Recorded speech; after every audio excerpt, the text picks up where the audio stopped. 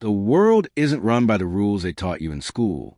While most people are playing a game of checkers based on fairness and kindness, the people at the top are playing a high-stakes game of chess. They understand a language that you were never supposed to learn, the language of power. Robert Greene's The 48 Laws of Power is the most controversial manual ever written. It's a cold, calculated dissection of 3,000 years of human history, distilled into 48 brutal laws. It's been banned in prisons and studied by CEOs because it doesn't care about morality. It only cares about results. It shows you exactly how people are manipulated, how reputations are built, and how empires are won and lost. In this video, we aren't just summarizing a book. We are analyzing a weapon. Whether you want to climb the corporate ladder, protect yourself from manipulation, or simply understand the hidden dynamics of every room you walk into, you need to know these laws. Because in the real world, you're either a strategist or a victim. We're breaking down the most essential laws you need to master today. No fluff, just the raw mechanics of influence. Let's get into it. The dynamics of power are often misunderstood as mere aggression or luck. In reality, power is a sophisticated social game that has been played with the same fundamental rules for centuries. Robert Greene's The 48 Laws of Power serves as a comprehensive distillation of these dynamics, drawn from 3,000 years of international history. In this analysis, we will dissect the core principles of the book and examine how they function as a framework for understanding human behavior and strategic influence. Whether for self-defense or professional advancement, understanding these laws is essential for navigating complex social hierarchies. Law 1. Never outshine the master.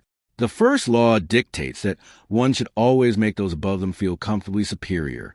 In a professional hierarchy, demonstrating excessive talent or brilliance can inadvertently trigger insecurity in superiors, leading to resentment or professional sabotage.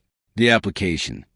To maintain stability, one must ensure that their superiors appear more competent than they are, by attributing your successes to their guidance or keeping your full capabilities discreet.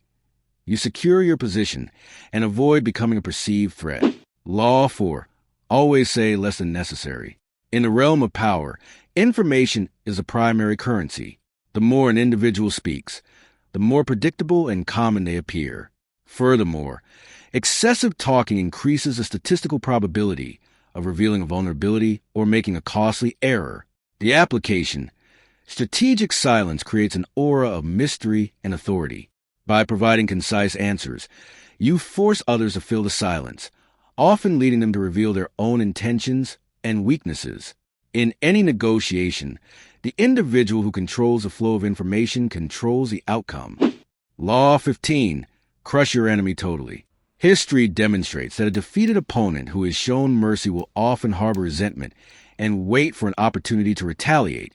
A threat that is not completely neutralized is a threat that will inevitably return. The application. When a conflict reaches a point where a resolution is no longer possible, one must be decisive. This law advocates for the total cessation of the threat, whether through complete professional detachment or the total removal of an opponent's influence. Half measures only prolong the conflict and increase future risks.